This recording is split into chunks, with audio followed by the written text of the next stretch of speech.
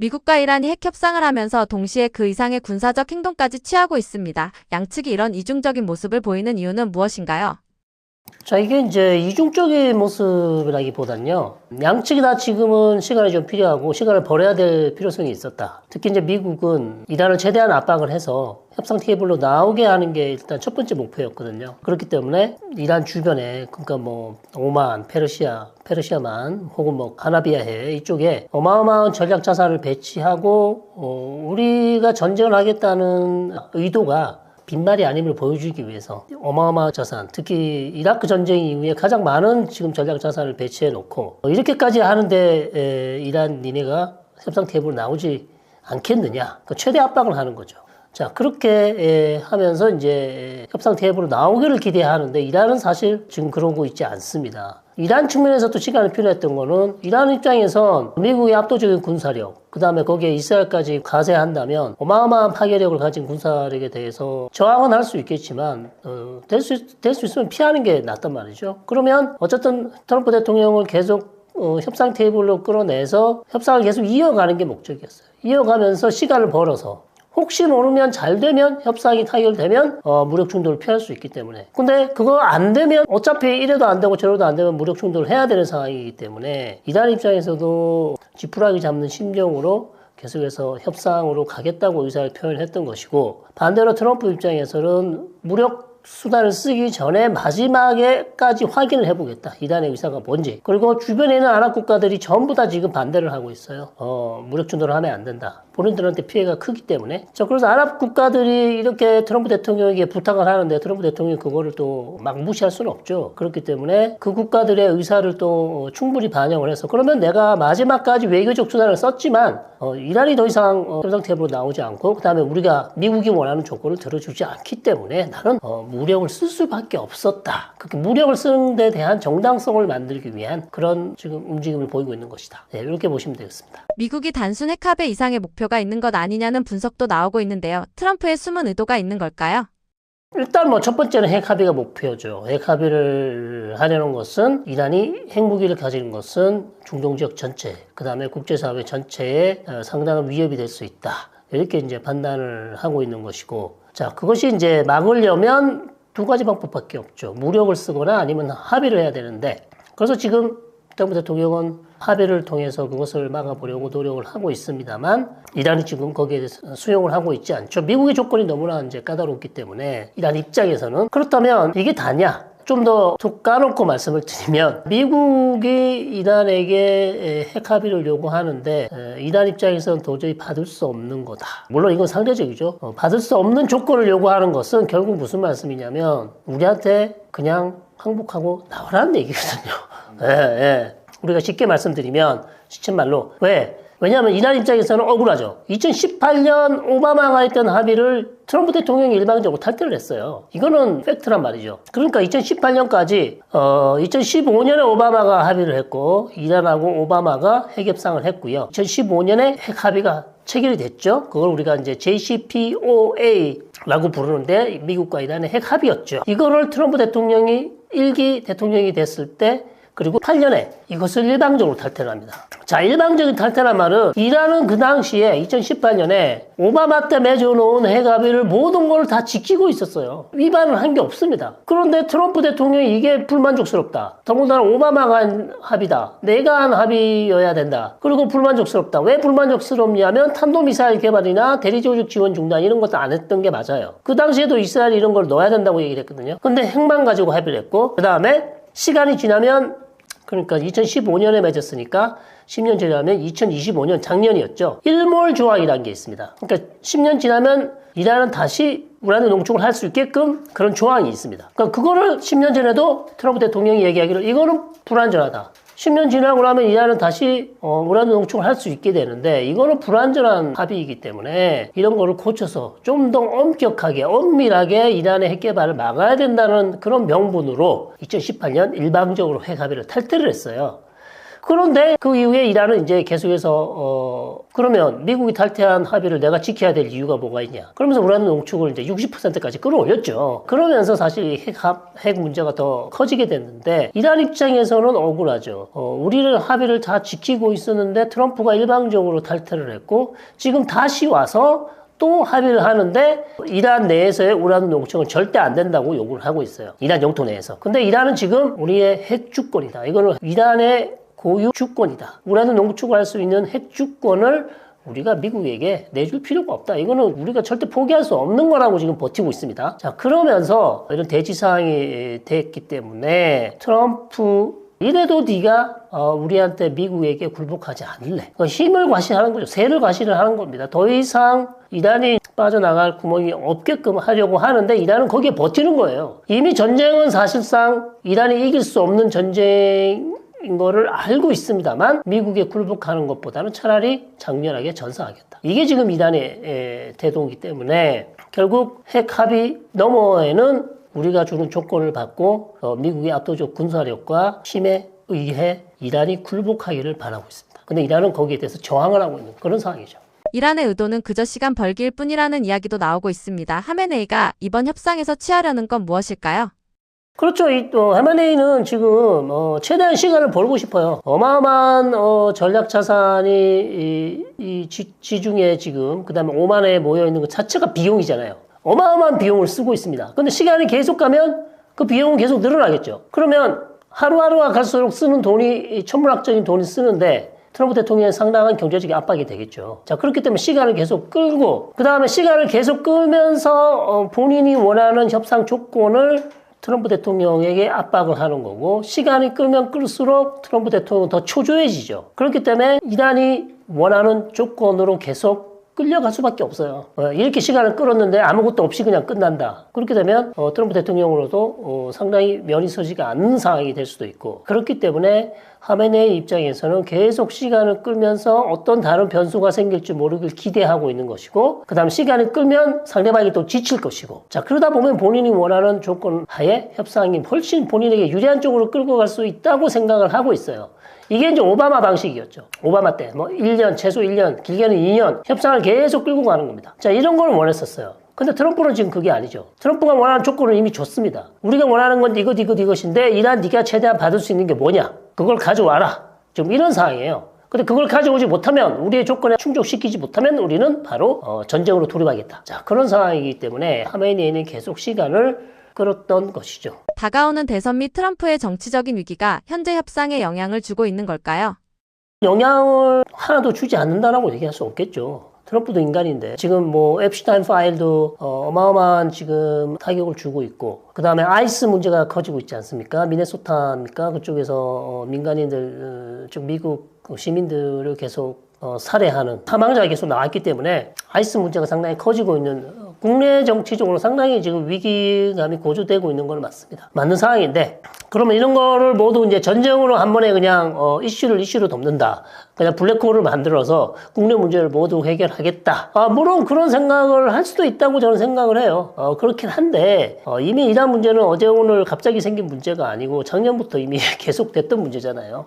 작년에 이미 한번 전쟁을 했고 그 다음에 이란의 핵 문제가 전혀 진전이 없었어요. 핵 협상을 계속 했었어야 되는데 이란이 핵 협상을 안 했죠. 왜냐하면 전쟁을 공격을 받았기 때문에 자존심이 상한 입장에서 핵 협상을 할 이유가 없었기 때문에 자 그런 상황에서 어쨌든 이란의 핵 문제를 풀었어야 되고 더 가장 중요한 변수는 올해 1월 반정부 시위가 크게 났잖아요. 반정부 시위가 크게 났고 이란 내에서 많은 사람들이 죽었습니다. 최소 3, 4만 명. 자, 이런 상황에서 트럼프 대통령이 또 거기에 우리가 도움을 주겠다. Help is on the way. 도와주겠다. 우리가 곧 도와주러 갈게. 그리고 이란 반정부 시위하는 사람들 계속 나와서 시위를 해라. 이렇게 얘기를 하지 않았습니까? 근데 아무것도 사실 해준 게 없어요. 자, 그렇기 때문에 트럼프 입장에서는 자기가 약속한 말을 지켜야 될 필요성도 있고, 그 다음에 미국의 지금 자존심이 사실 걸려 있어요. 이게 단순히 그냥 핵 문제가 아니고요. 왜냐하면 어마어마한 전략 자산을 배치해놓고, 그 다음에 최후 통첩을 했는데, 이란이 그걸 거부를 했어요. 근데 그러면 아무것도 안 하고 그냥 넘어간다? 그리고 이란이 원하는 조건을 다시 들어준다? 이건 이란이 굴복하는 거잖아요. 반대로. 자, 그런 상황이 연출되고 있기 때문에 저는 오히려 트럼프 입장에선 전쟁을 하고 싶지 않아요. 진짜. 이 사람은 본인 입으로도 여러 차례 얘기합니다만 나는 사람들이 죽어 나가는 걸 원치 않는다. 왜 사람들이 죽어야 되냐? 그렇게 얘기를 하고 있습니다. 근데 또 한편으로는 근데 나도 어쩔 수가 없다. 우리의 조건을 들어주지 않는다면 나는 전쟁을 할 수밖에 없고 전쟁을 통해서라도 나의 목적, 즉 핵 협상을 나는 실현을 시킬 수밖에 없다고 얘기를 하고 있습니다. 자, 그런 상황이 지금 연출되고 있기 때문에 저는 반드시 지금 국내 문제를 외부로 돌리기, 시선을 돌리기 위해서 지금 무리하게 간다고 보지는 않습니다. 실제로 뭐 무리하죠. 이 상황에서 전쟁을 하는 것 자체가 이란하고 사실상 전쟁을 하는 것은 알리 하메네이가 이란 최고 지도자가 말했던 것처럼 지역 전쟁이 될 것이라고 했기 때문에 상당히 미국으로서 부담이 크긴 큽니다. 미국이 중동 지역에 지금 4만 명의 미군이 지금 있는데, 그러니까 주변에 있는 걸프 국가에 다 미군 기지가 있거든요. 거기를 이란이 다 지금 공격을 하겠다는 거잖아요. 자, 그렇기 때문에 절대 쉬운 결정은 아닐 것이다. 어마어마하게 어려운 게, 그리고 이 전쟁은요, 어찌 보면 트럼프 2기를 결정 지을 수 있는 가장 중요한 성과가 될지, 가장 뼈아픈 실패가 될지를 결정할 가장 중요한 사건이에요. 자, 그렇기 때문에 여기서 전쟁을 하느냐 안 하느냐에 따라서 본인의 모든 게 달려 있습니다, 사실은. 그렇기 때문에 좀 시간이 많이 필요하고 지금 생각을 깊게 하고 있는 건데, 이 전쟁은 트럼프로서도 쉽지 않은 전쟁인 것은 맞다. 전쟁 가능성이 높다고 판단하시는 건가요? 지금 저희가 촬영하는 시점이 2월 20일이고요. 빼셔도 되고. 어쨌든 이 시점에서 트럼프는 지금 10일 내에, 길면 15일 내에, 짧으면 10일 내에 전쟁으로 갈 건지 합의로 갈 건지 결정하겠다고 얘기를 했어요. 합의로 가려면요, 이란이 미국이 준 그 최후 조건을 가지고 구체적인 답변을 들고 와야 돼요. 구체적인 답변을 들고 와야 되는데 이란은 계속해서 시간을 끌기를 해왔습니다. 다시 한번 논의를 해보겠다. 구체적으로 다시 한번 논의를 해보겠다. 계속 시간을 끌어왔어요. 그리고 구체적인 답변을 이제 이번에 만약에 10일 안에 혹은 15일 안에 들고 왔는데 그것이 트럼프 대통령이 봤을 때 이 정도면 협상을 조금 더 가져갈 필요가 있겠다. 협상을 더 할 가치가 있겠다고 판단한다면 공격을 미룰 것이고요.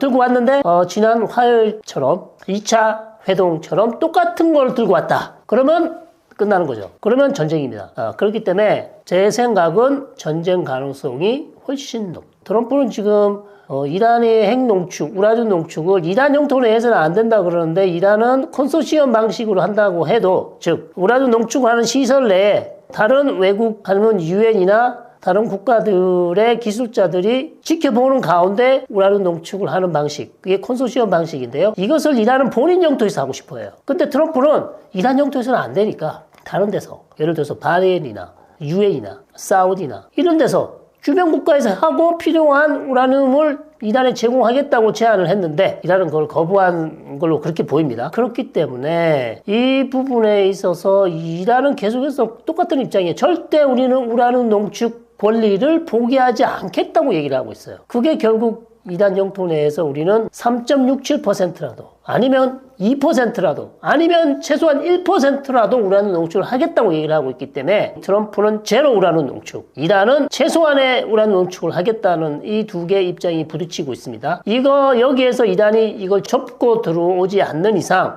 트럼프 대통령이 더 접고 들어와야 협상을 진행할 것이고요. 만약 이것을 계속해서 본인의 주장, 즉 우라늄 농축을 하겠다고 한다면 결국 전쟁이 날 수밖에 없는, 그렇기 때문에 저는 제 생각은 이란이 그걸 포기하지 않을 것 같습니다. 그렇기 때문에 전쟁 가능성이 좀 높지 않냐 이렇게 보고 있죠. 쟁점이 되는 실제 이란의 핵 능력 및 수준은 어느 정도인가요? 지금은 사실 지난 2025년이죠. 6월 달에 미국하고 이스라엘이 이란의 중요한 핵시설 나탄즈, 포르도, 이스파한 여기를 어느 정도 때렸지 않습니까? 최신 벙커버스트를 이용해서 때렸고, 그래서 핵시설이 많이 망가졌어요. 지금 아직 복원을 하지 못하고 있습니다. 그래서 지금은 사실상 이란은 우라늄 농축을 할 수는 없는 상황입니다. 할 수는 없고요. 다만 작년부터 지금 핵방이 묘연한 450kg에 60% 이상 농축된 고농축 우라늄이 지금 핵방이 묘연합니다. 이란은 이 고농축 우라늄이 이 나탄즈나 포르도 미국과 이스라엘의 공격을 받아서 파괴된 무너진 핵시설 더미에 잔해 지금 바닥에 깔려 있다. 그렇게 지금 얘기를 하고 있습니다. 그렇기 때문에 이거를 지금 미국은 또 반출을 원하고 있어. 빨리 이거 찾아서 러시아한테 줘라. 반출해라. 이 얘기를 하고 있어요. 근데 이란이 이 부분에 대해서도 지금 명확한 답변을 해주고 있지 않습니다. 명확한 답변을 해주고 있지 않아요. 그렇기 때문에 현재로서는 이란이 시설이 파괴됐기 때문에 우란 농축을 할 수 없으나 이란은 이미 기술을 다 가지고 있어요. 핵무기를 만들 수 있는 기술을 다 가지고 있습니다. 그리고 핵물질은 지금 말씀드린 것처럼 상당히 묘연하지만 만약에 미국이나 이스라엘이 개입하지 않으면 이란은 언제든지 핵무기를 만들 수 있는 수준과 기술을 가지고 있었습니다. 작년 6월 이전에. 이것을 우리가 보통 핵문턱 국가라고 하죠. 핵문턱 국가. 그래서 이란은 얼마든지 핵무기를 만들 수 있는 능력과 기술과 물질을 만들 수 있는 수준이다. 이 협상 결과에 따라서 한국의 안보 및 경제는 어떤 위기와 기회를 가지게 되나요? 자, 협상 결과가 중요하죠. 만약 10일 내에 그리고 더 나아가서 조금 더 길면 15일 내에 합의가 이루어지지 않고 트럼프 대통령이 이 전쟁을 결정한다면 우리뿐만 아니라 세계 경제 타격이죠. 그리고 전쟁이 일단 시작되면 언제 끝날지 모르는 것이고 전문가들 예상으로는 전쟁이 수주 동안 될 가능성이 있다. 수주라는 것은 뭐 길게는 4주, 짧게는 1주입니다. 제 생각엔 최소 1주는 더 갈 것 같고요. 그렇기 때문에 그 범위, 한 달 내의 범위 안에 지금 전쟁이 지속된다는 얘기고, 그 다음에 가장 큰 문제는 이란이 여기에 대해서 어떤 보복 반응, 어떤 보복 공격을 할 것인가. 첫 번째는 이란은 무조건 이스라엘을 공격한다고 그랬어요. 그러니까 이스라엘을 공격을 할 것이고요. 두 번째는 중동 지역에 나와 있는 미군 기지를 공격할 거예요. 지금 중동 지역에 미군이 한 4만 명 정도 됩니다. 4만 명 정도 되고 작년에 벌써 카타르에 있는 미군 기지를 공격했잖아요. 물론 약속 대련이었지만 그런 상황인데, 그럼 미군 기지를 공격하면 물론 전쟁 시작 전에 미군들은 다 대피를 할 겁니다. 이미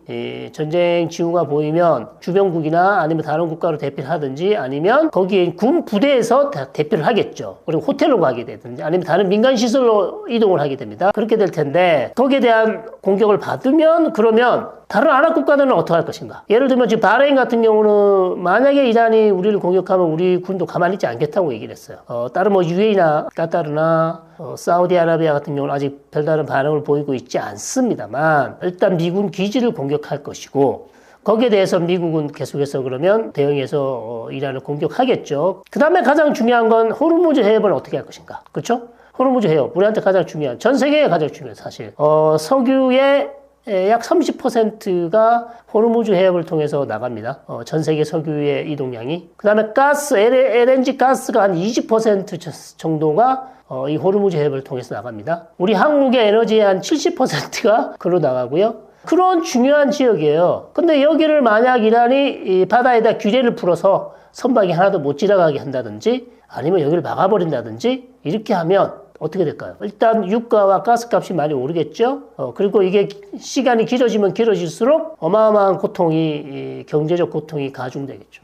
그래서 우리 만약에 전쟁이 거의 확 실시되면 우리 정부는 이미 이제 에너지 수급 확보를 위한 긴급 대책 마련 회의가 열리겠죠. 당연히 작년에도 그랬던 것처럼. 그래서 계속해서 이제 이 부분을 모니터링을 하고 있을 텐데 상당히 이번 같은 경우는 전쟁이 사실상 뭐 지상군은 들어가지 않지만 미국과 이란 간에 거의 뭐 난타전 상황이 될 거기 때문에 이전에 볼 수 없었던 상황으로 갈 가능성이 높습니다. 왜냐하면 작년 6월은 이란이 일방적으로 두드려 맞았잖아요. 6월은 12일 동안 전쟁을 했고 사실 이란이 일방적으로 두드려 맞았지만 왜냐하면 미국과 이스라엘이 기습 공격을 했기 때문에 전혀 준비를 못한 상황에서 맞았지만 지금은 이란이 한 달 내내 지금 계속 준비를 하고 있어요. 그렇기 때문에 상황이 조금 더 격렬해질 가능성이 높다. 그런 상황으로 가고 있기 때문에 우리한테는 상당히 큰 위기가 될 수 있고요. 기회는 모르겠습니다. 어떤 기회가 있을지 그거는 잘 모르겠으나 전 세계 경제뿐만 아니라 우리에게도 그 다음에 유가, 주가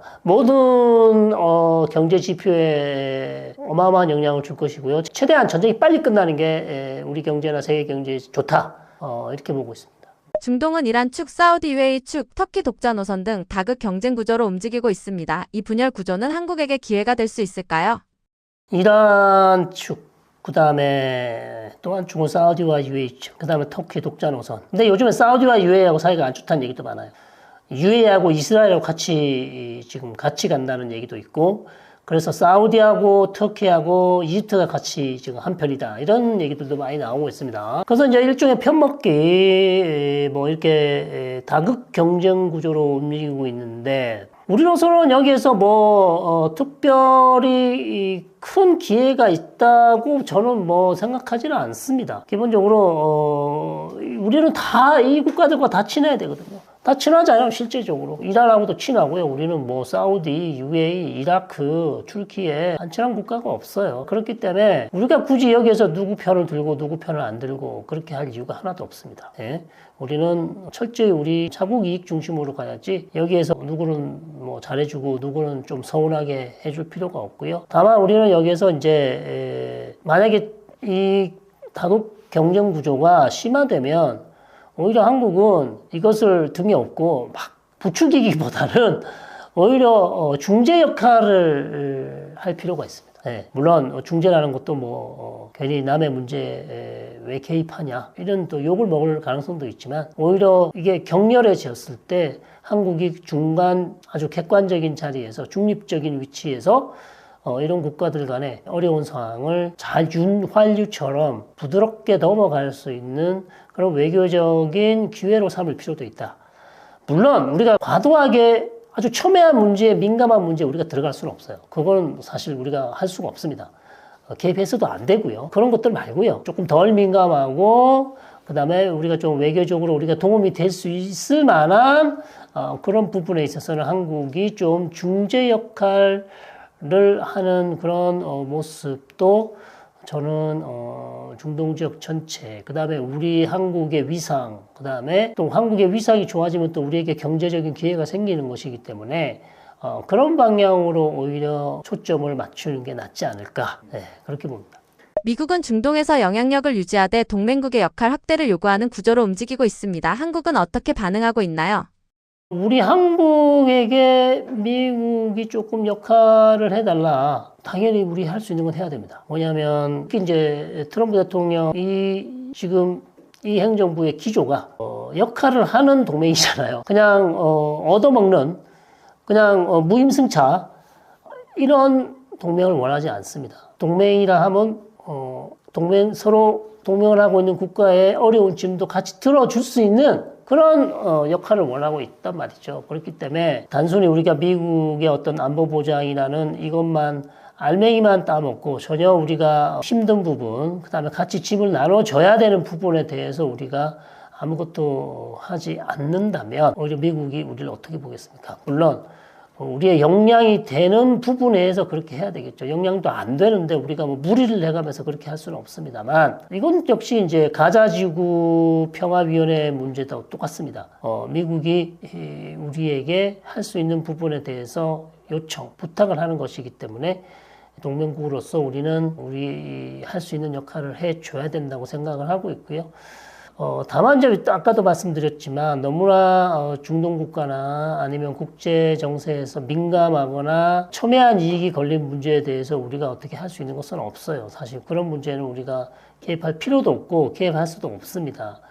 그러나 그런 문제 외에 어떤 경제 문제나 경제 원조나 외교적인 지원이나 이런 것들이 필요한 부분에 있어서는 우리가 적극적으로 이런 문제들에 발벗고 나서야만 우리의 목소리도 커지고 중동 영내에서 우리를 바라보는 시각도 달라질 수 있습니다. 자, 그렇기 때문에 우리 외교부가 이런 부분들은 저는 아주 지혜롭게 잘하고 있을 것으로 그렇게 생각합니다. 중동 긴장이 지속되면 방공망, 드론 대응, 미사일 방어 체계 수요는 계속 증가합니다. K방산의 지속적인 호재일까요? 그렇죠. 그거는 불변의 진리입니다. 상황이 지금처럼 이제 불안해지고 정세가 어려워지고 더군다나 전쟁이 한번 터지고 나면 사람들은 실제로 위협은 인지하고 있었지만 그 위협을 실제로 보는 것과 보지 못했을 때의 상황은 다르거든요. 그렇기 때문에 만약 무력 충돌이 난다면 그리고 지금과 같은 미국과 이란 간의 어떤 대치 상황이 계속 지속되고 이런 것들이 이어진다면 걸프 국가들의 공포심은 극대화될 수밖에 없어요. 그렇다면 그 사람들 계속 공포심이 커진다면 자국의 국방이나 안보를 위해서 계속해서 무기를 살 수밖에 없죠. 무기를 살 수밖에 없는 상황입니다. 그래서 전체적인 중동 지역의 불안정한 정세는 결국 이들 국가들이 계속해서 무기를 도입을 해야 되고 그 다음에 새로운 무기를 또 계속 도입할 수밖에 없는 그런 방향으로 갈 수밖에 없다는 거죠. 더군다나 이제 이란의 탄도미사일이라든지 이란의 드론이라든지 이란의 순항미사일 결국 이란이 가지고 있는 가장 유일한 무기 수단인데 이런 것들에 대한 방공망 체계를 계속 해야 되는 그런 상황이에요. 걸프 국가들은. 왜냐하면 언제 그 불똥이 자기한테 칠지 모른단 말이에요. 평화 시에는 그게 큰 문제가 안 되지만 위기에 처하거나 아니면 정세가 갑자기 급변하게 되면 어떤 공격을 받을 줄 모르는 상황이잖아요. 작년 6월 보십시오. 카타르가 이스라엘의 공격을 받지 않았습니까? 아니죠. 카타르도 공격을 받았지만 갑자기 이란의 공격을 또 약속 대전으로 받았고 그 다음에 9월 달에는 또 이스라엘이 갑자기 카타르의 수도 도하를 공습하는 그런 일들이 있었기 때문에 이들 국가, 특히 GCC 국가, 걸프 국가들은 지속적인 안보 불안에 시달려 오고 있습니다. 그래서 그것을 이 안보 불안을 해소할 수 있는 유일한 수단은 그나마 우리가 좀 뛰어난 방공망을 가지고 있으면 유사시 공격을 막지 않을까, 막을 수 있다는 그런 안심이 좀 되겠죠. 그렇기 때문에 K방산에 대한 관심은 계속 될 수밖에 없다. 호르무즈 해협 리스크 유가 변동성은 에너지 안보를 국가 전략 의제로 끌어올리고 있습니다. 이 상황이 한국의 에너지 산업에 어떤 영향을 미치나요? 결국 우리는 지속적인 고질적인 이 문제, 호르무즈 해협, 그 다음에 유가 변동성, 에너지 안보 이거를 어떻게 바꿔야 되죠. 너무 의존성이 크잖아요. 중동 지역에서 가져오는 우리가 에너지 수급의 의존도가 너무 높습니다. 이거를 수급을 다변화하려고 노력을 많이 했었죠. 그래서 미국이나 캐나다나 뭐 호주나 뭐 가스나 이쪽에서 가져오는 수급 다변화를 해왔는데 지금도 근데 뭐 높잖아요. 여전히 70% 정도를 중동 지역에서 가져오기 때문에 사실 이 부분을 어떻게 구조적으로 해결할 수 있는 방안을 찾기는 쉽지 않다 저는 그렇게 봅니다.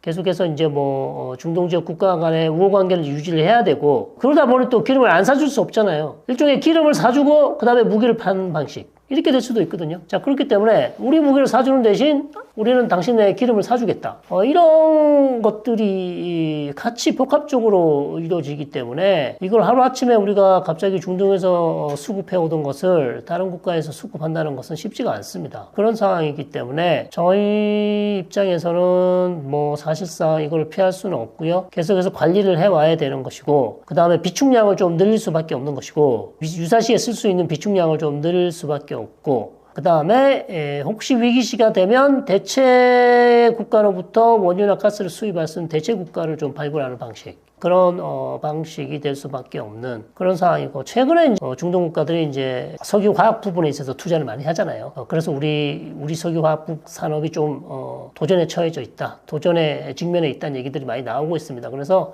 그 부분도 사실 우리가 무시할 수 없죠. 과거에는 그냥 우리가 다 해먹던 건데 지금 이제 걸프 국가들은 이제 늦었지만 갑자기 석유화학에 뛰어든다고 하기 때문에 우리한테도 상당히 위협이 되고 있습니다. 그래서 그런 부분에 대해서는 우리도 또 다른 새로운 기술을 개발한다든지 아니면 업종 변경을 한다든지 해서 석유화학 부분에 있어서 우리가 살 길을 또 찾아야 되는 그런 의제가 지금 있는 것이기 때문에 저는 좀 이거는 여전히 좀 어려운 문제다. 우리가 에너지 수급을 중동 지역 말고 다른 지역에서 가져오는 건 쉽지 않은 문제다 이렇게 봅니다. 가자, 레바논, 이라크, 시리아 등 장기적으로 재건 수요가 발생할 지역이 늘어나고 있습니다. 한국 건설 플랜트 기업은 이 사업에 참여할 수 있나요?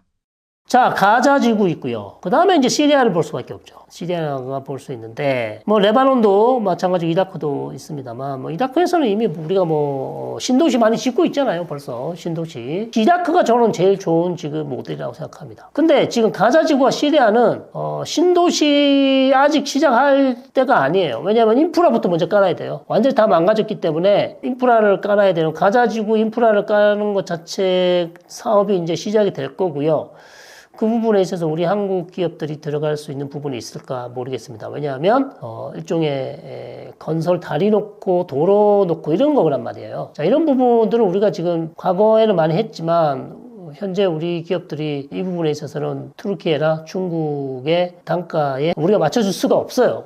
그런 부분이 있기 때문에 재건도 이제는 좀 국가 재건 수요가 우리한테 맞지 과거처럼 진짜 다리 놓고 도로 깔고 하는 것은 조금 우리가 조금 거리가 멉니다. 그렇기 때문에 가자지구는 그렇게 우리한테 큰 재건 사업에 어떤 우리가 참여할 수 있는 부분이 별로 없을 것 같고 초기에는요 최소한 시리아도 마찬가지입니다. 시리아도 지금 지금 인프라를 깔아야 되는 부분들이 많이 있기 때문에 과연 우리가 시리아에서 할 수 있는 것은 통신, 그 다음에 인터넷, 그 다음에 혹시 모를 뭐 메트로라든지 전철이라든지 뭐 이런 것들 부분에 있어서는, 그 다음에 신도시, 이라크 같은 신도시를 개발하는 부분, 이런 부분에 우리가 기회가 있을 수 있겠습니다만, 도로를 새로 깐다거나 다리를 새로 놓는다거나 이런 아주 기초적인 부분에 있어서는 역시 집을 새로 건축한다는 부분, 이런 부분에 있어서는 저희가 여전히 말씀드린 것처럼 우리한테는 조금 기회가 없을 것이다. 우리가 하기엔 좀 어렵다. 그런 부분은 튀르키예나 중국이나 다른 국가들이 할 가능성이 상당히 높습니다. 중동은 지금 미중 러 경쟁의 교차점입니다. 한국은 이 무대에서 어떤 역할을 하게 될까요? 자, 미국, 중국, 러시아 경쟁의 교차점. 사실 뭐 러시아는 지금 많이 힘든 상황이고 중국과 미국은 여전히 뭐 경쟁하고 있습니다만, 어쨌든 뭐 중국과 미국은 간세부터 해서 여러 가지 싸우다가 다시 이제 화해 무드로 들어갔죠. 조만간 또 뭐 올해 서로 두 정상이 방문하는 남아 있는 걸로 알고 있습니다. 그렇기 때문에 저희는 기본적으로 우리는 미국과 가야 된다. 어떻게 보면 좀 구시대적인 사고일 수 있습니다만 기본적으로 미국과 가고요. 그 다음에 중국과 러시아하고도 척을 져서는 안 된다. 네. 그래서 베이스는 깔고 가되, 그렇다고 해서 미국 말만 다 들어줄 수는 없잖아요. 네. 우리가 최대한 미국 말을 들어주되, 그러나 중국과 러시아 관계도 소홀히 해서는 안 됩니다. 소홀히 해서는 안 되고, 외교라는 게 어떻게 한국과에다 100% 집중을 합니까? 그렇게 할 수는 없다는 얘기죠. 그래서 중국과 러시아와의 관계도 상당히 중요한 부분이기 때문에 미국을 자극하지 않는 선에서, 미국을 서운하게 하지 않는 선에서 중국과 러시아의 관계도 상당히 관리를 해가면서 우리의 경제적 이익을 찾는 부분이 중요하다. 그렇게 생각합니다. 레바논 경제가 완전히 무너진 이유는 무엇이고 일시적 경제난이 아니라고 보는 배경은 무엇인가요? 기본적으로 레바논은 일단 부패가 심하고요. 그 다음에 헤즈볼라라는 조직이 또 레바논 경제에 좀 안 좋은 영향을 주고 있다. 그렇게 두 가지 변수가 있고, 그 다음에 최근에 일어났던 사건들 중에 이 레바논 경제에 큰 타격을 준 게 이제 2019년부터 코로나 상황이죠. 일단 코로나 상황은 뭐 전 세계 경제에 안 좋은 영향을 줬기 때문에 굳이 레바논에만 국한된 것은 아니지만, 특히 경제가 약한 국가에게 코로나가 상당히 큰 타격을 줬고, 그 다음에 이제 관광객들이 안 왔겠죠. 당연히. 그렇게 됐었고, 그 다음에 정부의 어떤 경제 정책도 상당히 성공하지 못했습니다. 그러다 보니 경제가 더 어려워졌죠. 그리고 2020년 결국 그 모라토리엄을 선언하게 돼요. 디폴트가 됩니다. 채무 불이행이 되고, 그 다음에 은행들이 막 국민들에게 돈을 줄 수 없는, 내 통장에 넣어놨던 돈을 찾을 수가 없게 되는 그런 어마어마한 일이 일어나게 되죠. 그래서 레바논 경제가 최악으로 치닫고, 거기다 그렇게 되니까 또 인플레이션 뭐 100% 뭐 더 이상 되고 막 이렇게 되는 건데, 결국 일단 레바논의 산업 자체가 관광 수입 말고는 그다지 지금 레바논 경제를 버텨줄 만한 것들이 없어요. 그런 상황이 있고, 그 다음에 또 2024년이죠. 이스라엘이 헤즈볼라를 공격하면서 전쟁이 일어났잖아요. 거기다가 다시 이제 전쟁을 겪었고, 그 다음에 2020년인가요? 또 정확하게 기억을 못하겠습니다만, 레바논의 베이루트 항구에 쌓아놨던 그 화학물질이 터지면서 어마어마한 사망자가 나고 레바논 경제에 큰 타격을 줬습니다. 이런 것들이 전부 지금 나쁜 일들이, 좋지 않은 일들이 줄줄이 이어지면서 원래 안 좋았던 레바논 경제가 더 어렵게 된 그런 상황이 지금 되고 있고, 이런 것들을 이제 레바논 정부가 경제를 회복하려면요, 지금 현 상황은 경제 지원을 받아야 됩니다. 지금 IMF의 경제 지원이라든지 아니면 미국이나 프랑스나 유럽의 경제 지원을 받아야 되는데, 그 얘기를 계속 해왔어요. 해왔는데 미국이나 IMF 그다음에 유럽에서 얘기했던 조건은 뭐냐면, 헤즈볼라가 일단 지금 이 레바논 정계에 진출해 있고 집권 세력과 함께 하고 있는, 레바논에서 헤즈볼라가 일단 집권 세력에서 물러나야 된다. 이런 얘기. 그 다음에 뭐 헤즈볼라가 무장 해제를 해야 된다. 뭐 이런 얘기요. 작년까지 사실 헤즈볼라를 무장 해제하겠다고 레바논 정부가 공언했지만 사실상 그게 실현되지 못했습니다. 자, 이런 부분. 그러니까 서방 측에서 얼마든지 경제 패키지 원조를 해줄 수 있는데 조건을 달았던 게 헤즈볼라의 무장 해제예요. 이게 실현이 안 됐어요. 자, 그러다 보니까 이 어려운 경제 상황을 회복할 수 있는 경제 지원을 해주려고 했는데, 그게 가시화되지 못하는 상황에서 경제는 또 어려워졌고 헤즈볼라는 계속 버티고 있고 헤즈볼라는 또 이란으로부터 경제 지원을 받기 때문에 걔네들은 돈을 가지고 있죠. 자, 그런 상황이고 그 다음에 헤즈볼라가 이제 경제 정책을 좌지우지하고 그 다음에 무장 해제를 안 하고 그 다음에 또 이런 어려운 경제 상황에서 레바논 경제 또 부패가 심하고 자, 그 다음에 부패가 심하다 보니 경제 정책에 힘이 실리지 않고 뭐 여러 가지 이런 것들이 악순환이 되다 보니 레바논 경제가 좋아질 수 있는 가능성은 현재로선 희망이 없습니다. 희망이 없는 상황이고 더 안 좋은 것은 지금 만약에 이스라엘하고 미국이 같이 이란을 공격하게 되면 이란은 지금 레바논의 헤즈볼라가 이스라엘을 때려달라고 지금 요구를 하고 있어요. 이 전쟁에 참전해야 된다. 그러니까 헤즈볼라가 이스라엘을 공격해달라고 지금 요구를 하고 있습니다. 그래서 여기에 헤즈볼라가 어떻게 이제 대응을 할지는 모르겠습니다. 그런 상황이기 때문에 상황은 오히려 지금 더 안 좋은 상황으로 가고 있고 결국 그 핵심은 물론 출발점부터 헤즈볼라가 모든 지금 레바논 경제 문제를 일으킨 주범이다라고는 할 수는 없지만 해결책이 분명히 있음에도 불구하고 해결책으로 가지 못하는 데 가장 중요한 어려운 걸림돌은 헤즈볼라다. 헤즈볼라가 뒤로 좀 물러나주면 레바논 경기가 살 수 있는데 전혀 이제 그럴 의사가 없기 때문에 레바논 경제는 좀 어렵다 이렇게 말씀드릴 수 있겠습니다. 레바논 위기와 헤즈볼라가 생겨난 원인은 어떻게 연결되나요?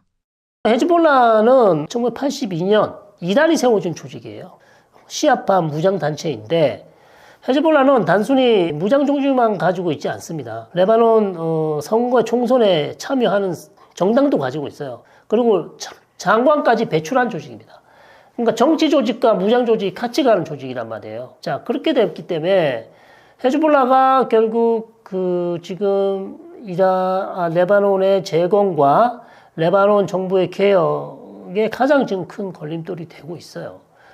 그러나 합법적으로 이제 선출된 뭐 국회의원이기 때문에 헤즈볼라가 그럼 정당성이 없다 또 이렇게 얘기하기는 어렵죠.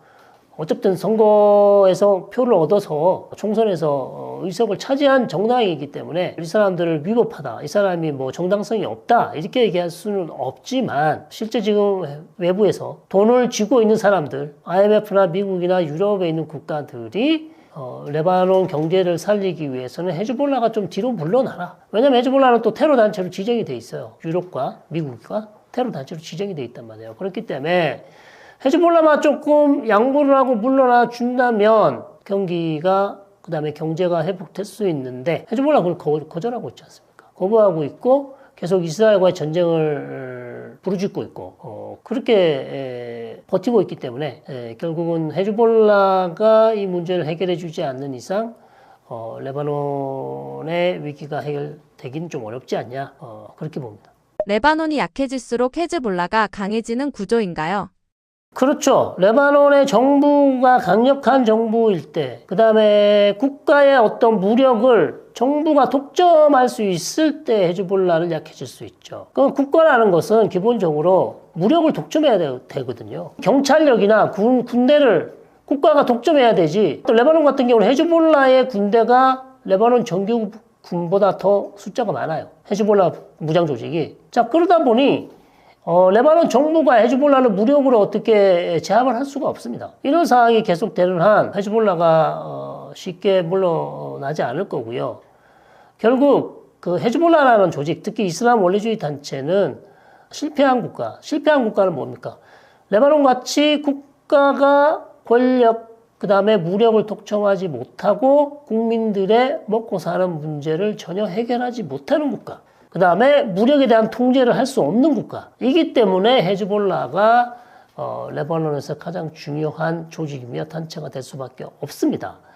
헤즈볼라 대원의 한 달 월급이 2,500불이라면 레바논 정규군에 있는 군인들의 월급은 300불밖에 안 돼요. 400불. 10배 차이 나는 거죠. 네. 자, 이런 비대칭적인 경제 구조 이런 것들이 결국 헤즈볼라가 레바논에서 계속해서 생존하게 되는 것이고 이 문제를 해결하지 못하면 레바논이라는 국가는 정상적인 국가로 거듭날 수가 없다.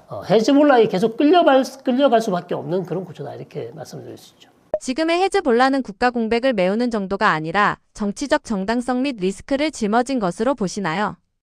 그러니까 헤즈볼라는 지금 본인이 국가 위에 있다고 봐요. 옥상옥이라고 생각합니다. 그렇죠? 왜냐하면 일단 군인 숫자가 헤즈볼라가 훨씬 많습니다. 그러니까 레바논 정규군하고 헤즈볼라 대원들하고 전쟁을 하면 누가 이길까요? 헤즈볼라가 이긴단 말이에요. 자, 그런 상황이기 때문에 쉽게 말씀드리면, 더 쉬운 예를 들면 어느 나라가 국가가 전쟁을 선포하지 않았는데 본인 마음대로 전쟁을 할 수 있는 나라가 어디 있습니까? 헤즈볼라예요. 레바논 정부가 이스라엘과의 전쟁을 선포하지 않았는데 본인이 직접 그냥 아예 자기 마음대로 이스라엘과 전쟁을 해버립니다. 그러면 이스라엘 입장에서는 헤즈볼라를 공격해야 되냐 아니면 레바논 전체를 공격해야 되냐 이런 딜레마에 빠지게 되죠. 그러니까 헤즈볼라라는 조직은 레바논 정부에게 물어보지 않아요. 그냥 선제로 이스라엘을 공격해버리잖아요. 그 정도로 헤즈볼라는 레바논 국가 정부의 눈치를 보지 않습니다. 그러니까 이게 정상적인 국가라면 특정 국가 안에 있는 무장단체가 자기가 속해 있는 국가의 외교적, 국방 이런 것들을 다 무시하고 주변에 있는 국가를 그냥 선제 공격을 한단 말이에요. 그게 어느 나라에 도대체 가능하겠습니까? 그러니까 국가의 기능을 사실상 상실한 거예요. 자, 이런 상황이기 때문에 헤즈볼라는 오히려 이스라엘을 먼저 선제 공격하고 이스라엘과 전쟁을 하면 할수록 본인들도 피해를 입지만 레바논 국민과 레바논 국가가 피해를 입습니다. 네. 그렇잖아요. 아니 헤즈볼라가 좋은 의도라고 할 수 있겠죠. 이스라엘이 팔레스타인 국민들을 억압하고 있기 때문에 그거에 대해서 우리는 눈 감을 수 없다. 우리는 팔레스타인 동포들 같은 무슬림을 구하기 위해서 우리는 이스라엘과의 전쟁을 한다. 좋다 이거죠. 좋은데 그러면 본인이 혼자 와서 이스라엘로 넘어와서 공격을 해라. 너만 죽으면 되는데 이스라엘은 그러면 헤즈볼라가 쓰는 모든 레바논 내에 있는 기관 시설을 공격하잖아요. 헤즈볼라가 이용할 수 있는 건물, 헤즈볼라가 이용할 수 있는 철도, 헤즈볼라가 이용할 수 있는 수도시설, 헤즈볼라가 이용할 수 있는 공항 모든 것들을 다 공격한단 말이에요. 그럼 레바논에 있는 인프라가 다 망가진단 말이에요. 그럼 이거를 국제사회에서는 이스라엘이 너무한다. 당연히 어찌 보면 너무하는 거 맞습니다. 그러나 이스라엘 입장에서는 또 아니 레바논 정부가 우리한테 전쟁을 선포한 것도 아니고 헤즈볼라라는 조직이 우리한테 전쟁을 선포를 했고 우리 입장에서는 대응하기 위해서는 헤즈볼라를 공격을 막기 위해서는 우리는 헤즈볼라가 쓸 수 있는 모든 인프라를 공격할 수밖에 없다라는 게 이제 이스라엘의 입장이에요. 자, 그러다 보니 헤즈볼라는 사실은 국가 공백을 메우는 정도가 아니라 본인이 국가라고 생각해요. 국가 위에 있다고 봅니다. 본인 마음대로 다 하잖아요. 이게 지금 레바논 국가의 딜레마입니다. 현 시점에서 레바논의 향후 경로를 가르는 결정적 분기점 및 트리거는 무엇일까요? 작년 12월 말까지 조셉 아운 레바논 대통령이 헤즈볼라를 무장을 해제를 해서 그 다음에 미국이나 유럽이 주는 경제 지원을 받아서 레바논 경제를 회복하겠다는 아주 거대한 야망한 발표를 했지만 거대한 꿈을 발표를 했지만 결국 실현하지 못했습니다. 그러나 일부 헤즈볼라의 무기를 수거한 거는 맞죠. 맞는 상황인데 그렇게 되지 못했고 지금은 이스라엘이 계속해서 헤즈볼라를 공격하고 있어요. 쉬지 않고. 왜냐하면 헤즈볼라는 계속해서 이란의 지원을 받아서 또다시 이스라엘과 전쟁을 하기 위해서 참호를 판다든지 아니면 로켓을 계속 쌓고 있단 말이에요. 무기를 쌓고 있단 말이에요. 다음 전쟁에 대비하기 위해서. 이스라엘은 그거를 계속 모니터링을 하고 있고 거기를 계속해서 쉼없이 공격을 하고 있습니다. 헤즈볼라가 만들고 있는 참호를 공격하고 있고요. 헤즈볼라가 쌓아놓는 무기고를 공격하고 있고요. 헤즈볼라가 준비 중인 공격을 로켓을 쏘려면 바로 쏴서 즉각적인 위협이라고 판단할 시 바로 공습을 해버립니다. 자, 이게 지금 작년부터 계속 이어져 오고 있어요. 자, 그렇기 때문에 헤즈볼라의 문제가 해결되지 않는 이상 레바논이라는 국가가 정상국가가 되기 어렵고 결국 이스라엘과의 무력 충돌 가능성은 항상 있는 것이고 그렇게 될 수밖에 없는 안타까운 그런 상황이기 때문에 현재로서는 해법은 없습니다. 유일한 이론적으로 말을 할 수 있죠. 헤즈볼라가 일단 무장 해제를 하고 정상 돌아간다면 이스라엘은 더 이상 레바논 공격할 이유가 없죠. 이유가 없습니다. 왜? 위협이 되지 않기 때문에. 철저히 이스라엘 관점에서 얘기한다고 비판할 수 있겠지만 어쨌든 헤즈볼라는 팔레스타인 문제하고 전혀 상관이 없어요. 이 사람들은 팔레스타인 사람도 아닙니다. 이 사람들은 레바논 시아파 사람들인데 결국 팔레스타인 무슬림을 도와주겠다는 목적으로 계속해서 이스라엘을 공격하고 있는 것이고 특히 이란의 사주를 받아서 그리고 1982년 이란이 세워준 단체잖아요. 그렇게 하고 있기 때문에 오히려 그 피해는 헤즈볼라뿐만 아니라 레바논 국민과 레바논 국가가 어마어마한 피해를 입고 있다. 물론 이스라엘이 100% 잘하고 있다고는 말할 수 없습니다. 이스라엘도 과도한 무력을 사용해서 레바논 국민들이 많이 죽었고 그 다음에 레바논의 그 중요한 인프라가 많이 망가졌습니다. 그것도 잘못했죠. 그러나 헤즈볼라가 계속해서 이스라엘을 공격하면 어느 국가가 어느 나라가 주변에 있는 무장단체가 공격을 하고 그 다음에 다음 전쟁을 준비하는데 그것을 가만히 보고 있을까요? 그러니까 이런 딜레마가 있어요. 저는 그래서 이거는 50대 50이다 이렇게 볼 수밖에 없는 상황이에요. 실제로 보고 오셨을 때 분위기는 어떠셨나요? 그러니까 실제 상황은 레바논 같은 경우 답답하죠. 답답할 수밖에 없는 게 레바논 정부가 사실 헤즈볼라를 제압할 수 있는 그런 무력과 능력이 안 돼요. 그런 상황에서 레바논 정부에게 빨리 헤즈볼라를 버려라. 예를 들어서 헤즈볼라를 무장 해제해라. 이렇게 요구는 할 수 있죠. 그러나 능력이 없는 걸 어떡합니까? 그러니까 안 되는 거를 요구하는 것도 사실 이게 어불성설이에요. 좀 이게 오류가 있긴 합니다. 말이 안 되죠. 왜냐하면 예를 들어서 레바논 정규군이 어마어마한 무기를 가지고 있고 헤즈볼라를 제압할 수 있는 능력이 있으면 헤즈볼라를 무장 해제하고 뭐 교전을 하든지 싸움을 해서 헤즈볼라를 굴복시킬 수 있겠죠. 근데 그럴 가능성이 없어요. 왜냐하면 레바논 정규군 중에서도 헤즈볼라를 지지하는 애들이 많이 있기 때문에. 그러니까 너 가서 지금 헤즈볼라가 싸워 이렇게 하면 레바논 군 중에 안 싸울 사람들이 많아요. 근데 어떻게 헤즈볼라를 무장 해제할 수 있겠습니까? 불가능하죠. 자체적으로. 자, 그런 상황이라서 이거는 사실 할 수 없는 조건을 레바논 정부에게 요구하는 것이 있습니다만 외부에서 봤을 때는 결국 그것 말고는 다른 대안이 없기 때문에. 그렇다 그래서 누가 유엔군이 들어가서 아니면 특정 군이 들어가서 헤즈볼라를 막 싸워주고 무장 해제를 시켜줄 수 있나요? 없잖아요. 그것도 특정 국가에 대한 무력 수단을 사용할 수는 없습니다. 그렇기 때문에 이거는 어마어마한 딜레마일 수밖에 없는 것이고 그래서 유일하게 이스라엘이 미국이 내놓은 대책이요. 그러면 우리가 외부에서 헤즈볼라를 공격해 줄게. 니네가 못하니까 니네가 무력이 없고 힘이 없어서 헤즈볼라를 무장 해제 못하니까 우리가 외부에서 헤즈볼라를 공격해 주면서 힘을 약화시킬 때니 그러면 레바논 정부가 들어가서 헤즈볼라를 무장 해제하거나 통제를 해라. 장악을 해라. 이렇게 지금 하는 방식이에요. 근데 이게 이제 과연 통할지 안 통할지 알 수는 없죠. 근데 지금 사실은 이란 사태만 터지지 않았더라면 이스라엘과 레바논과의 전면전이 났어도 벌써 났었어요. 이란 사태 때문에 지금 이스라엘이 레바논과 전쟁을 하지 않고 헤즈볼라와 전쟁을 하고 미루고 있는 상황입니다. 그래서 헤즈볼라가 계속해서 지금 포기하지 않고 전력을 쌓아가고 무기를 쌓고 전쟁 준비를 계속하면 언젠가 이란 사태가 끝나고 나면 이스라엘과 헤즈볼라 간의 전쟁이 날 가능성이 높습니다. 그러나 그 전쟁은 오래 가지 않을 거예요. 일주일 정도 되는 전쟁이 될 가능성이 높습니다. 왜냐하면 헤즈볼라는 2024년 이스라엘 삐삐 공격으로 상당히 큰 타격을 입었기 때문에 그런 상황입니다. 트럼프 대통령이 가자지구 전쟁 종식을 목표로 평화위원회를 만들겠다며 60개국의 초청장을 보냈습니다. 이에 대한 한국 정부의 입장은 어떤가요? 한국 정부는 지금 긍정적으로 검토를 한다는 얘기가 계속 나왔고요. 어저께 미국 시간으로 2월 19일 워싱턴에서 가자평화위원회 회의가 있었죠. 평화위원회 회의가 있었고요. 여기에 이제 한 40여 개국 정상이 참석을 했습니다. 40여 개국. 그리고 우리 어부저버로 우리 한국을 포함해서 10여 개국이 참석을 했어요. 그러니까 뭐 정식 회원은 아니죠. 총 한 50개국이 지금 들어와 있고요. 결국 한국과 일본은 아마 긍정적으로 좀 검토를 하고 있다. 어저께 트럼프 대통령도 한국과 일본이 곧 가입할 것이다. 이런 식으로 이제 살짝 외교적 압박을 했어요. 빨리 가입해라. 뭐하냐. 이런 식으로. 그리고 이제 어마어마한 돈을 모았죠. 어저께. 미국이 한 100억 달러. 그러니까 한 14조.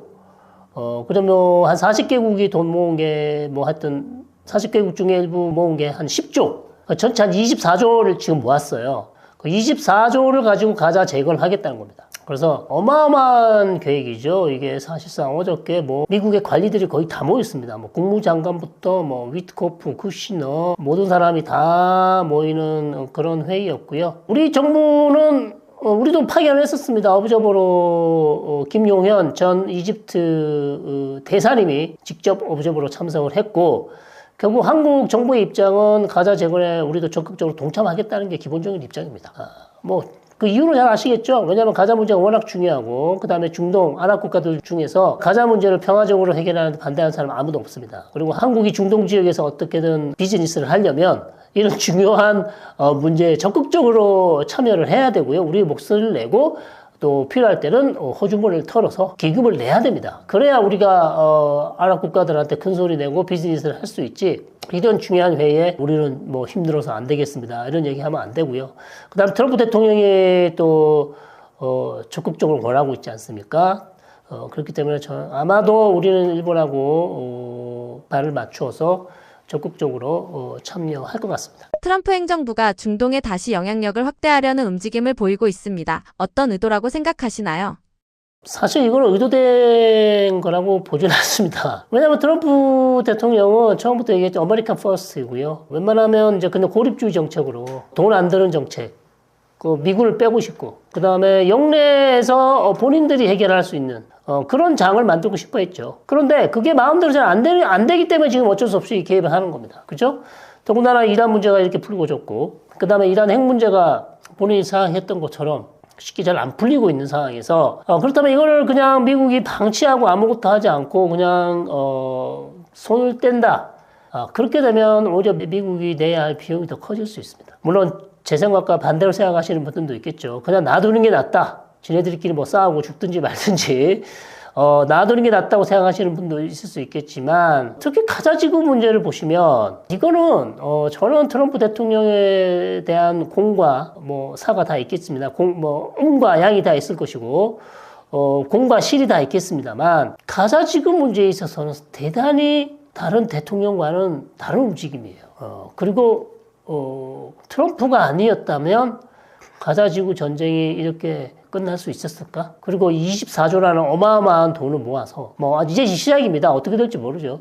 그러나 이렇게 많은 국가들을 모아서 어쨌든 가자 지구를 마치 리베리아, 지중해에 아주 그 아름다운 관광 도시를 만들겠다는 거대한 프로젝트를 지금 가지고 있잖아요. 이런 모습을 보여준 거는 저는 대단히 긍정적이다. 일단 지금까지는 결과는 좀 더 지켜봐야 됩니다. 과정이 쉽지 않겠죠. 그렇기 때문에 트럼프 대통령이 중동 지역에 과도하게 개입하는 거 아닌가. 이란 문제에 있어서, 이란 핵 문제에 있어서 너무나 이란이 받을 수 없는 조건을 내걸면서 결국 전쟁으로 가기 위해서, 전쟁을 하기 위해서 받을 수 없는 조건을 주는 것은 전쟁을 하기 위한 그냥 수술 아닌가, 이렇게 비판할 수도 있어요. 시각은 있을 수 있습니다. 그러나 그럼에도 불구하고 일단 가자 지구 팔레스타인 문제만 놓고 보면 저는 분명히 이거는 성과로 봐야 된다. 이렇게까지 미국 대통령이 적극적으로 가자 문제 해결하는 모습을 보여준 대통령이 없어요. 물론 그것이 그 뒤에는 또 자기의 부동산업자, 즉 쉽게 말해서 가자 지구 해변에 200개의 지금 호텔을 짓는다는데 그 호텔을 지어서 돈 벌려고 하는 거 아닙니까? 이렇게 얘기할 수도 있습니다. 그러나 그거는 또 가서 봐야 되는 거겠지만, 시간이 지나 봐야 되는 거겠지만, 어쨌든 거의 잿더미가 된 가자 지구를 다시 한번 사람들이 살 수 있는 도시로 만들겠다고 50개국, 60개국 정상들을 모아서 돈을 모아서 이렇게 하는 것은, 자금을 모은다는 것은 저는 상당히 긍정적이다, 이렇게 보고 있고, 결국 중동 지역에서 미국이 빠져나갈 수 없다라고 저는 계속 얘기를 해왔어요. 왜냐하면 유가를 결정 짓는 것이고, 미국의 원유를 수입하지 않아도 되는 건 맞지만 여전히 전 세계 다른 국가들은 유가 수입을 해야 되잖아요. 그러면 유가를 결정하는 지역이 이 지역이란 말이에요. 그 다음에 이스라엘이 있는 지역이고, 그 다음에 트럼프 대통령이 좋아하는 걸프 국가들이 여기 다 있어요. 그럼 걸프 국가들의 안전을 누가 보장해 줄 수 있겠습니까? 국가 안보를 누가 보장해 줄 수 있어요? 이란이라는 거대한 국가가 있는데, 거기를 가장 두려워하는 국가는 걸프 국가인데, 이 걸프 국가의 안전을 지키기 위해서 어쨌든 미국이 개입을 하지 않을 수 없는 구조적인 한계가 있다, 이렇게 봅니다.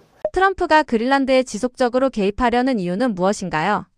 그린란드는 좀 다르다고 봅니다. 그린란드는 어차피 에너지 자원 때문이고 그런 것들에 이제 관심을 많이 가지는 것인데, 사실 가자 지구는 거기에 무슨 에너지 자원이 있는 게 아니거든요. 가자 지구에 기름이 납니까? 물론 가자 지구 해변 앞바다에 지중해 쪽에 대륙붕에 기름과 가스가 있다는 얘기가 있는데, 그것 때문에 이스라엘이 전쟁한다고 주장하는 사람들도 있긴 합니다만, 트럼프가 무슨 가자 지구 유전을 개발해서 거기서 기름을 캐려고 하는 게 아니잖아요. 물론 호텔을 지어서 어떤 비즈니스를 할 수는 있지만, 그렇기 때문에 그린란드 같은 경우는 순수하게 경제적인 본인의 그 다음에 미국의 경제적인 목표, 그런 것들이 지금 주요 원인이 될 수 있으나, 가자 지구 같은 경우는 저는 좀 다르게 봅니다. 어쨌든 이 트럼프의 말을 100% 우리가 믿을 수는 없죠. 나는 진짜 사람이 죽는 거 싫어해. 난 전쟁 싫어한다. 나는 어쨌든 개발, 평화, 번영, 경제, 개발 이런 거를 나는 원하. 나는 부동산 업자다. 나는 사람들이 아주 그냥 잘 사는 거를 보고 싶어 한다라고 얘기를 해오지 않습니까? 물론 그러면서 전쟁도 하기도 했었죠. 자, 그렇기 때문에 저는 그 부분에 있어서는 이 사람이 가자지구를 좀 사람이 살 수 있는 공간으로 만들려고 하는 그것이 개인의 욕망이 조금 섞여 있더라도 저는 그것은 상당히 긍정적이지 않냐 그렇게 생각을 합니다. 트럼프와 제국주의를 묶어서 얘기하곤 하는데요. 어떻게 생각하시나요? 트럼프랑은 제국주의, 트럼프를 굳이 이제 제국주의로 얘기하자면 경제 제국주의.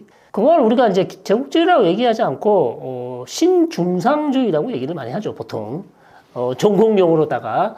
어쨌든 자국의 경제 발전을 위해서 다른 국가를 계속 이제, 자원을 끌어오는 거죠. 예. 그래서, 그런, 중심, 그리고 이제 좀 설명해 주신 것처럼, 말씀해 주신 것처럼 좀 더, 터프하게 얘기하면 제국주의라고, 경제 제국주의라고 할 수 있는데, 자, 이런 모습들은 상당히 이제 문제가 될 소지가 있습니다. 왜냐하면 베네수엘라 같은 경우도 그렇죠. 그 다음에 그린란드 같은 경우도 그렇죠. 이런 문제들은 너무 국제 규범, 국제사회가 지금까지 지켜온 최소한의 어떤 규범, 법, 국제법, 이런 것과는 너무 맞지 않습니다. 아무리 미국의 경제가 중요하다지만, 다른 나라의 땅을 갖다가 그 나라 사람들이 원하면 우리 미국으로 합병하겠다. 그린란드 같은 경우. 그렇게 하겠다.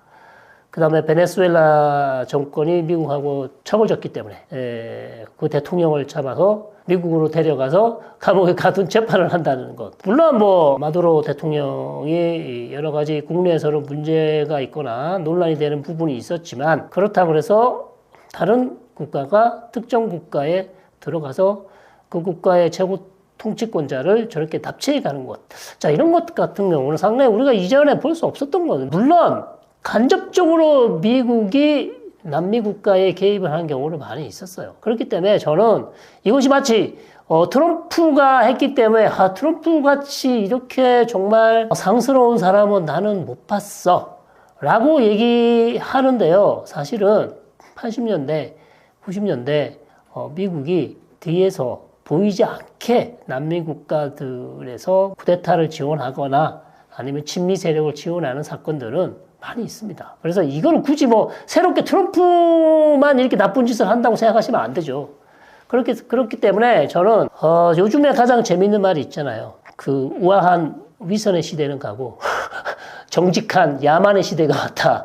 라는 그런 말이 있습니다. 예, 그렇기 때문에 트럼프는 좀 거칠게 그렇게 하고 있는 것일 뿐이고요. 과거에 있는 미국 정권들은 그것을 보이지 않게 어두운 데서 했을 뿐입니다. 그래서 기본적으로 미국이 본인의 이익이 되는, 그다음 미국 정부의 정권이나 아니면 미국의 이익이 되는 일들을 뒤에서 그렇게 많이 해왔다라는 것은 우리가 역사적으로 이미 다 증명해주고 있습니다.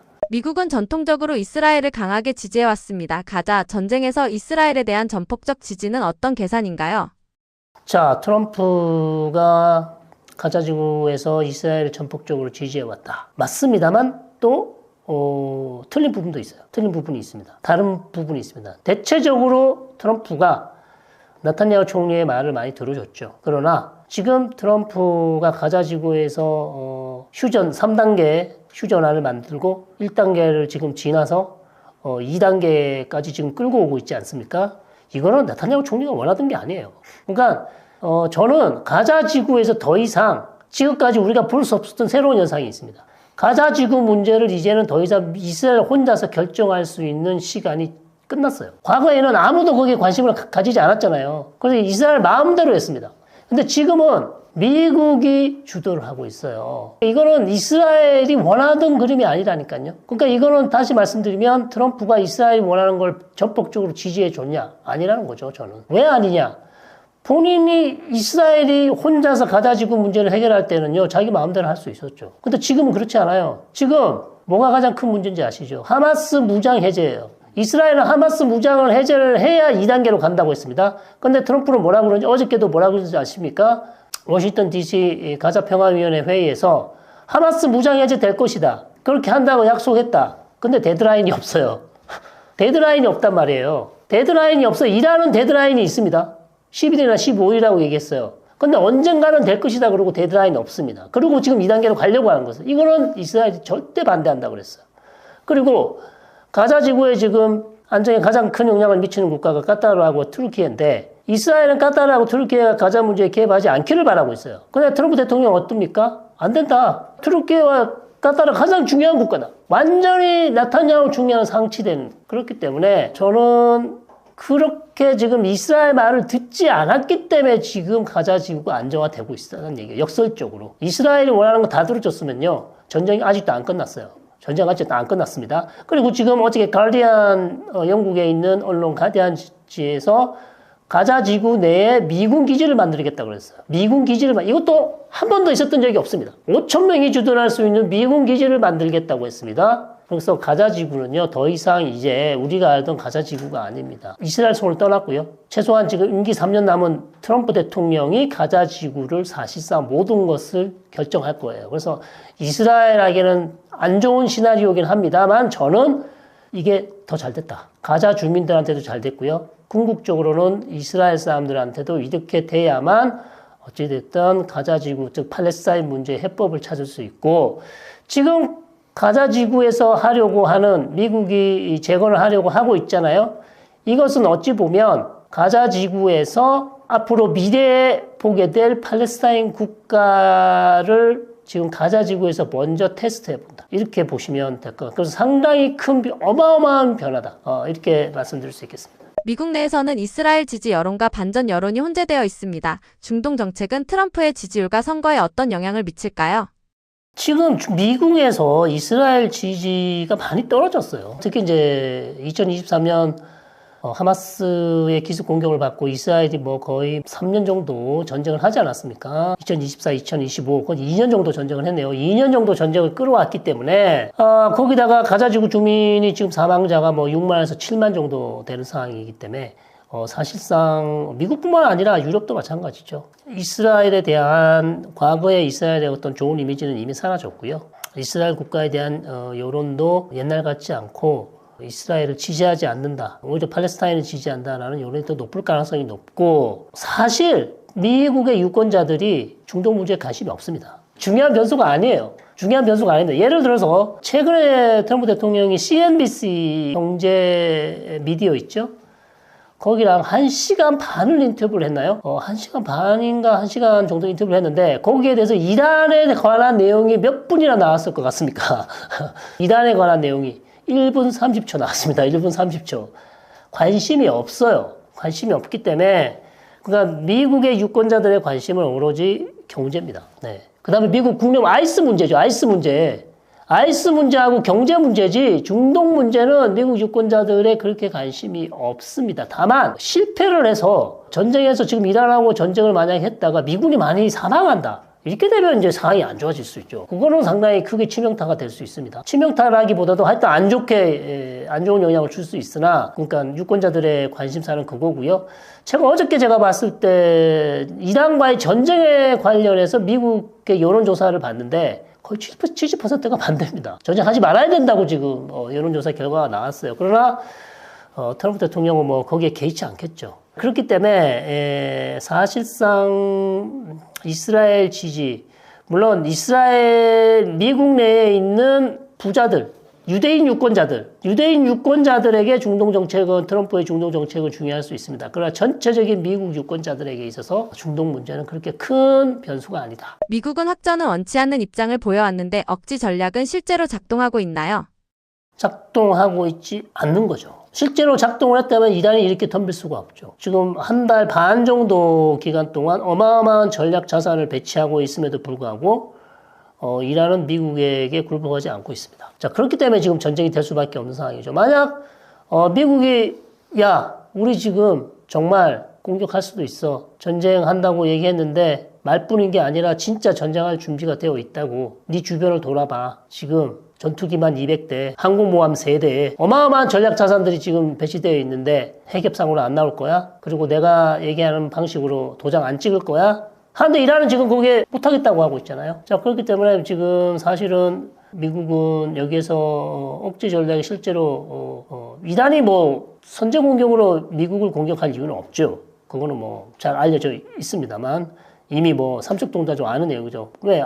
압도적 전략이 부족하기 때문에, 압도적으로 군사력이 약하기 때문에 그럴 이유는 없습니다만, 이거는 하나의 억제 전략이 될 수 있습니다만, 이 단기적인 지금 협상 과정에서 이란이 지금 미국에 전혀 불복하지 않는 모습을 보이고 있기 때문에 사실상 미국은 이거를 아무 일도 없었던 것처럼 하고 넘어갈 수 없는 이유 중에 하나가 바로 실패했기 때문이죠. 자, 그렇기 때문에 저는 이란이 좀 크게 양보하고 나오지 않는다면 결국 전쟁이 날 수밖에 없지 않냐, 이렇게 보는 거죠. 이와 같은 상황에 대한 중국의 입장은 어떤가요?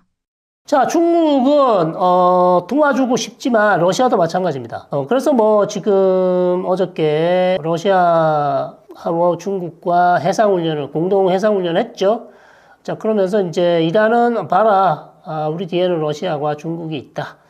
자, 미국이 살짝 우리의 군사력을 과시하면서 우리가 혼자가 아니다라는 점을 이제 과시하면서 마치 이제 중국과 러시아가 전쟁이 나면 자기들을 도와줄 것처럼 그런 과시를 하는데 그걸 누가 믿을까요?